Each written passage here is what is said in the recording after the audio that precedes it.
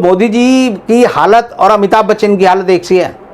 ये गुलाबों सिताबों वाले नवाब हैं, और नवाब साहब जो है अपना मुंह नहीं दिखाते किसी को।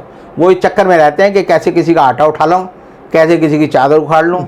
मोदी जी के आने के बाद आप देखेंगे एक भी पीएसयू नहीं बनाया गया, उल्टे 23 पीएसयू अब तक बेचे जा चुके हैं। दोस्तों आदाब अर्ज़ है, मैं हिंद वॉइस से अनीस अहमद खान आपसे मुखातिब हूँ, और मेरे साथ हैं सुप्रीम कोर्ट के वकील रविंदर कुमार जी। हर चीज़ पे अपनी पैनी नज़र रखते हैं क्योंकि उन्होंने भुगता है, हर चीज़ को देखा है। बहुत बहुत स्वागत है आपका रविंदर जी हिंद वॉइस पे।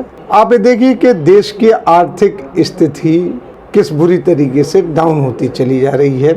हर चीज़ बिक रही है, जी जी, रेलवे बिक रही है, हाँ। और भी चीज़ें बिक रही हैं। बहुत पहले पीसीओ तो कई बेच दिए हैं, अब रेलवे जो बहुत आम आदमी से जुड़ी हुई बात है तो इसकी हो रही है। अब जो रेलवे की ज़मीन बेचेंगे ये, यानी ट्रेनें ही नहीं बेच रहे हैं बाहर के रेलवे, क्योंकि रेलवे के पास बहुत ज़मीन है जिसमें वो अपनी कॉलोनीज बनाते थे, अपने वर्कशॉप बनाते थे। जी जी, लालू ने एक बात की थी कि इन जगहों पे हम मेडिकल कॉलेज और ऐसी चीज़ें बनाएंगे, इन्होंने बेचना शुरू कर दिया। हाँ जी, हाँ। अच्छा, ये कहते हैं कि पिछली सरकार करती रही है तो हम भी कर रहे हैं। पैसे की कमी तो आप देख लीजिए कितना पैसा प्राइम मिनिस्टर फंड में आया है, जो उनका अपना केयर फंड है उसमें आ रहा है। अंबानी कहाँ पहुँच गए हैं, लॉकडाउन में पूरी दुनिया रसातल पे जा रही है, वो 7वें 8वें नंबर से ऊंचे उठ के जाने किस नंबर पे पहुंच गए हैं इस तरीके से। और कुछ अडानी का भी यही हाल है, जो देश के बड़े धन्ना सेठ हैं, उनके पास पैसा है। तो इसका मतलब क्या होगा कि हमसे ही पैसा लेके, हमारी गरीब जनता से पैसा लेके, रेलवे बेच के पैसा लेके उनको दिया जा रहा है। देखिए ऐसा है कि जो आपने कहा कि रेलवे बिक रही है, सिर्फ रेलवे नहीं बिक रही, पूरा देश बिक रहा है, पूरा देश। निर्मला सीतारमण ने जो कहा था कि हम 20 लाख करोड़ रुपए का जनता को राहत पैकेज दे रहे हैं, जी जी। उसमें उन्होंने कहा, मोदी जी ने उससे 10 दिन पहले आकर कहा कि आत्मनिर्भर भारत अभियान की शुरुआत है ये, आप सबको आत्मनिर्भर बनना है। तो वो आत्मनिर्भर भारत कैसे बनेगा? आपका बेटा है, मान लो घर में रहता है, आप उसे कहो बेटा आत्मनिर्भर अभियान शुरू कर रहा हूँ, तो उसे समझ नहीं आएगा। उसे कहो सुबह उठेगा तू तो तेरे को चाय नहीं मिलेगी, क्योंकि हमें तेरे को आत्मनिर्भर करना है, और आप जो है स्टोव और चाय की छलनी सब बेच दो। फिर उसे कहो आत्मनिर्भर करना है तेरे को, दोपहर में तेरे को खाना नहीं मिलेगा, तो घर के सारे बर्तन, कढ़ाई और क्या कहते हैं बेलन चकला सब बेच दो। फिर शाम को कहो कि तेरे को चाय के टाइम में जो नाश्ता करने की आदत है उसमें भी आत्मनिर्भर बनना है, तो क्या करेंगे आप ये करेंगे कि कहेंगे कि शाम के जो बिस्कुट वगैरह इनको भी बेच दो। फिर कहेंगे बेटा रात को भी आत्मनिर्भर बनना है, तो रात को जो खाने का जो सामान बनाते हैं आप, तब कहेंगे ये भी सब बेच दो। फिर कहेंगे बेटा सोने के समय भी तेरे को आत्मनिर्भर बनना है, तो उसका पलंग चारपाई सब रजाई वजाई सब बेच दो। और अगले दिन बेटे को कहो देख अब मैंने तेरे को इस काबिल कर दिया है कि तू आत्मनिर्भर होके रहेगा। तो अगर आप कहें कि सरकार जो बेच रही है, ये बेच नहीं रही, ये हम पे बड़ा एहसान कर रही है, ये हमें आत्मनिर्भर बना रही है। सरकार कह रही है कि आप जो है हमारे भरोसे मत रहो। तो मोदी जी का जो नारा था चुनाव के समय में कि मैं देश नहीं बिकने दूंगा जी, तो दरअसल वो जो बात थी, एक मनोवैज्ञानिक लोग कहते हैं कि जो दरअसल मन में होता है आदमी उसका उल्टा कहता है। जैसे जो आदमी जिसका शोषण कर रहा होता है तो ये नहीं कहता मैं तेरा शोषण कर रहा हूँ, वो समझाएगा कि देख गीता में कहा गया है कर्मण्येवाधिकारस्ते मा फलेषु कदाचन, कि तेरे को जो भी कर्म कर रहा है इसका फल भगवान देगा, फल की इच्छा मत कर। तो आप उसका शोषण बड़े आराम से कर सकते हैं। तो मैं हमेशा एक बात वो भी कहने लगता है सब भगवान की मर्जी। हाँ, मेरे भाग्य में लिखा है, मेरी किस्मत खराब है, मेरे भविष्य में कुछ बचा ही नहीं। तो ऐसी हालत जो जब आप कर देते हैं लोगों की, तो अपनी यानी बेईमानी को, जैसे कहावत है कि आप जो है किसी आदमी को मार के कहो ये शहीद हो गया।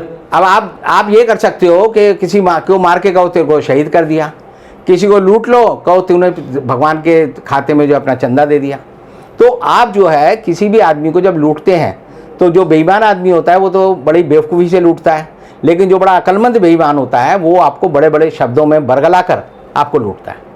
और इसीलिए मैं हमेशा कहता हूँ भ्रम जाल में फैला के, ताकि जो है लूटने वाले को, पिटने वाले को, कुटने वाले को, मरने वाले को अपनी जो बुरी हालत है उस पर कोई किसी किस्म का पछतावा ना हो, विमुक्त हो गए मरे कि भाई मैं मरा हूँ अब स्वर्ग मिलेगा।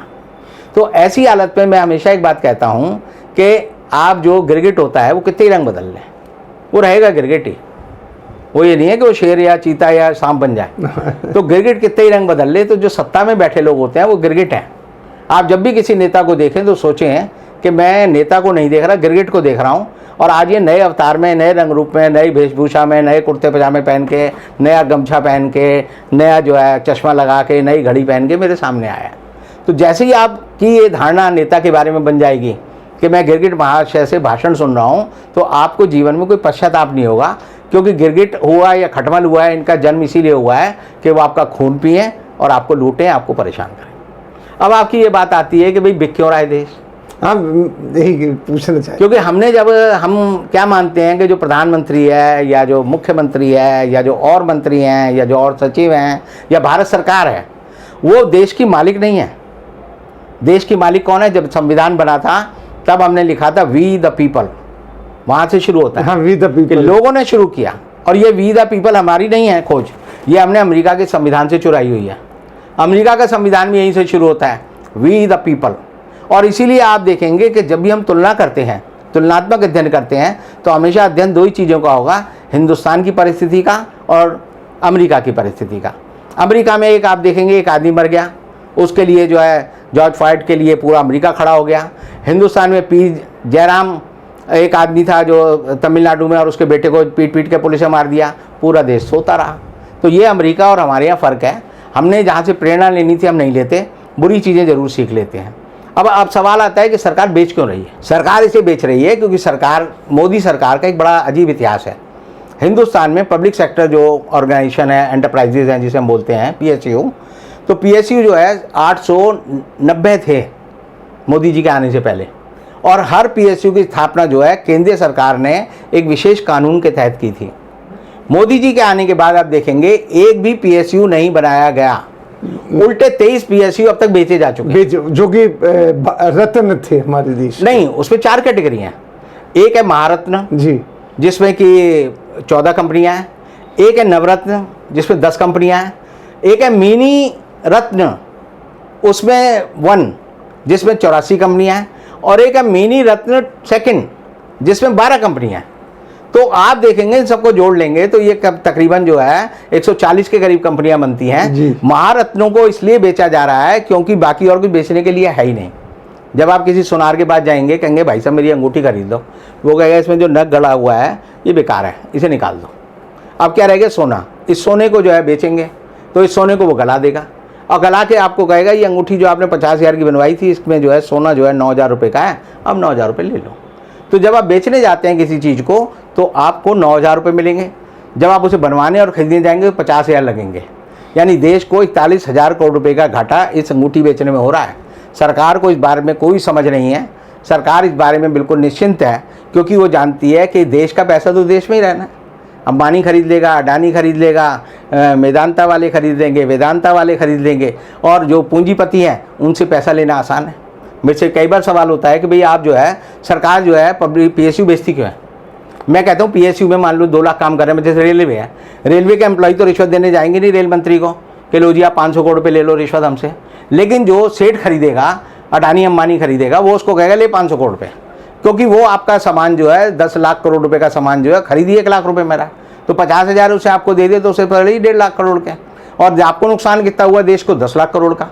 और जो चीज़ें आज ही सरकार बेच रही है, मैं दावे के साथ कह सकता हूं कि भविष्य में क्या आने वाले 100 साल में भी भारत सरकार जो है इन संस्थानों को खड़ा नहीं कर सकती, बना नहीं सकती, क्योंकि इनके पास ना ताकत है, ना क्षमता है, ना अक्ल है और ना सोच है। और जब सोच नहीं रहेगा तो आप देखेंगे कि बिना सोच के आदमी जब काम करता है तो जैसे होता है, अभी एक फिल्म आई थी अमिताभ बच्चन की, देखी होगी आपने टीवी पे, जिसमें वो नवाब होते हैं लखनऊ के, गुलाबो सिताबो।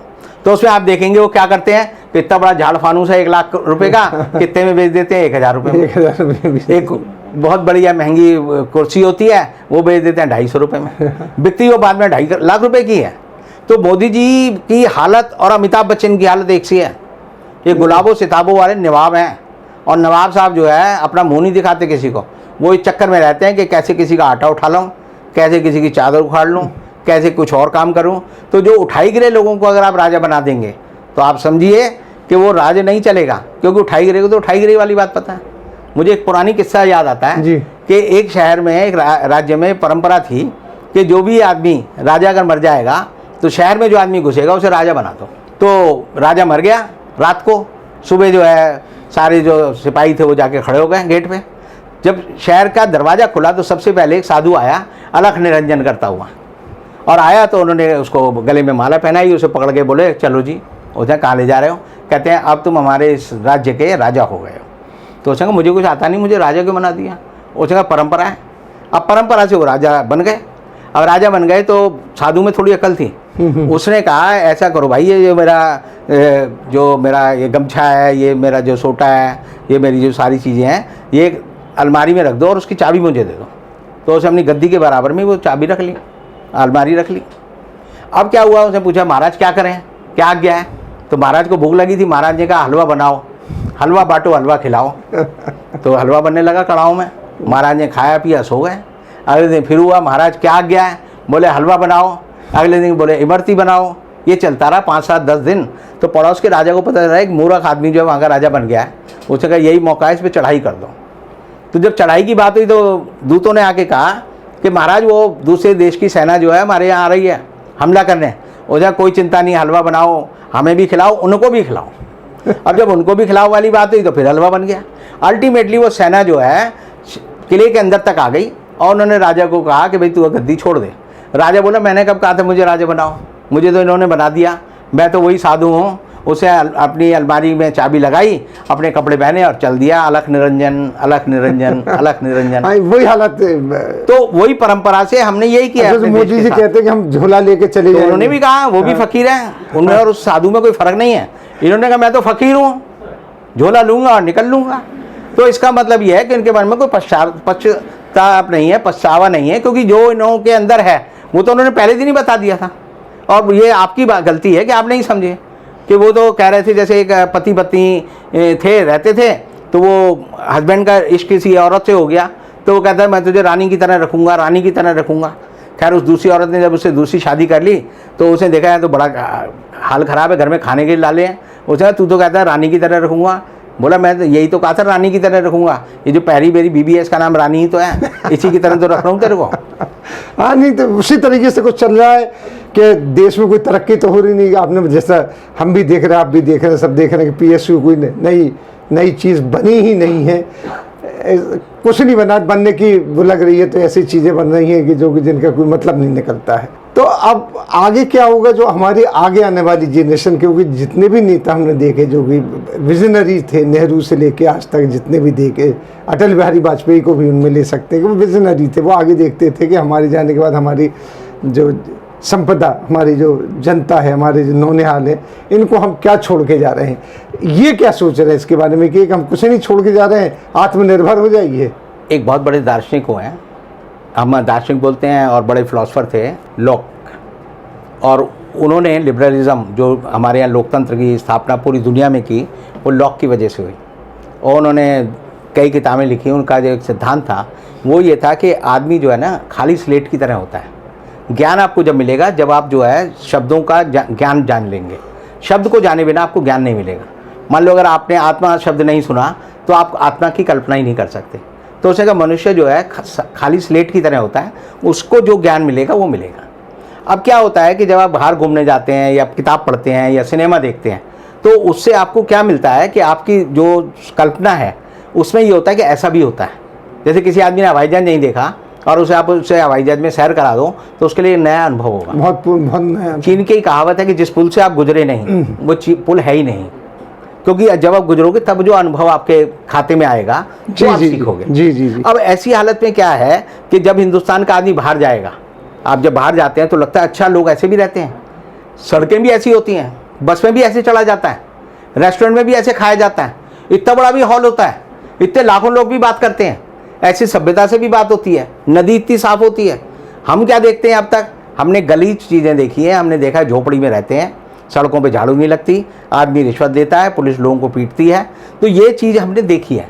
इन लोगों ने, जो नेता होता है वो भविष्य दृष्टा बोलते हैं मुझे जी, कि भविष्य दृष्टा क्या होता है? जैसे माँ बच्चे को गढ़ती है, जैसे कुम्हार जो है गढ़े को गढ़ता है, तो वो मिट्टी को नहीं पता मेरे को क्या बनना है, वो कुम्हार बनाता है, माँ बच्चे को बनाती है। इसी तरह नेता जो है वो देश को बनाता है। तो नेता को पता होता है मैं क्या बना रहा हूँ। लेकिन अगर नेता को ही नहीं पता, क्योंकि मोदी जी जाते हैं हमेशा हरे सावन में जाते हैं, हमेशा भीड़ होती है, मोदी मोदी हो रहा होता है, तो उन्होंने कभी जो है वहाँ की वास्तविकताओं को देखा नहीं है। और ऐसी हालत में क्या देखेंगे, जिस हिंदुस्तान में हम रहते हैं वहाँ आम आदमी की डेली इनकम जो है 30 रुपये है, 30 रुपये से भी कम है, लोग भूखे मर रहे हैं।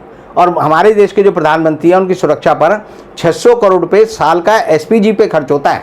यानी अगर आप लगाएं, मैं कल हिसाब लगा रहा था, तो 20,000 लोगों का खाना जो है मिल सकता है 6 महीने तक मोदी जी की सुरक्षा पे जितना पैसा खर्च किया जाता है।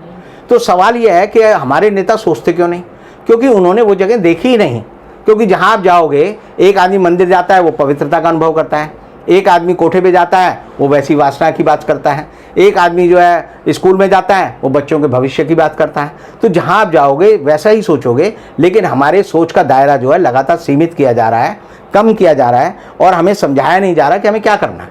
और इसीलिए आप देखेंगे कि हिंदुस्तान में जो है लोग जो है इतने मानसिक रूप पे विकलांग हो गए हैं कि अगर पुलिस किसी आदमी को मार देती है तो वो कहते हैं अदालतें बेकार हैं।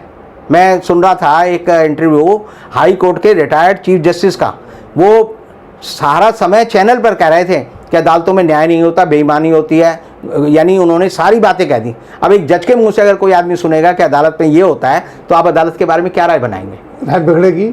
और पुलिस के बारे में आप क्या राय बनाएंगे? पुलिस का काम क्या है जी? रिश्वत दो और गोली मार दो, अपराधी है कोई साथ चोली दामन का साथ कर लो। तो आप समाज में कोई आदर्श स्थापित नहीं कर रहे, आप भविष्य की कोई तस्वीर नहीं दे रहे। और जब आप भविष्य की तस्वीर नहीं दे रहे तो मुझे फिर धूमिल की बात याद आती है कि धूमिल ने लिखा था कि कश्मीर से हिंद महासागर तक फैला हुआ जली हुई रेत का ढेर है, जिसमें हर तीसरी नज़र का मतलब जुल्म है, अंधेरा है, फरेब है, ये मेरा देश है। तो देश को जो धूमिल ने सोचा 40 साल पहले कि ऐसा बना दिया है, वाकई आज वो देश जो है जला हुआ देश हमारे सामने खड़ा है।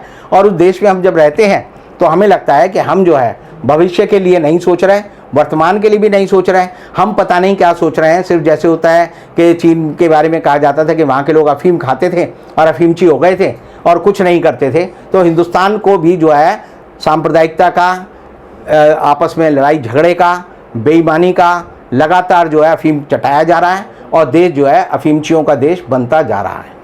बहुत बहुत शुक्रिया रविंदर भाई, बहुत ही मूल विषय पे आपने बड़े सहज ढंग से समझाया। इसी के साथ हम लेते हैं विदा, अगले फिर किसी अंक में रविंदर जी के साथ हाजिर होंगे, तब तक के लिए दीजिए हमें इजाज़त।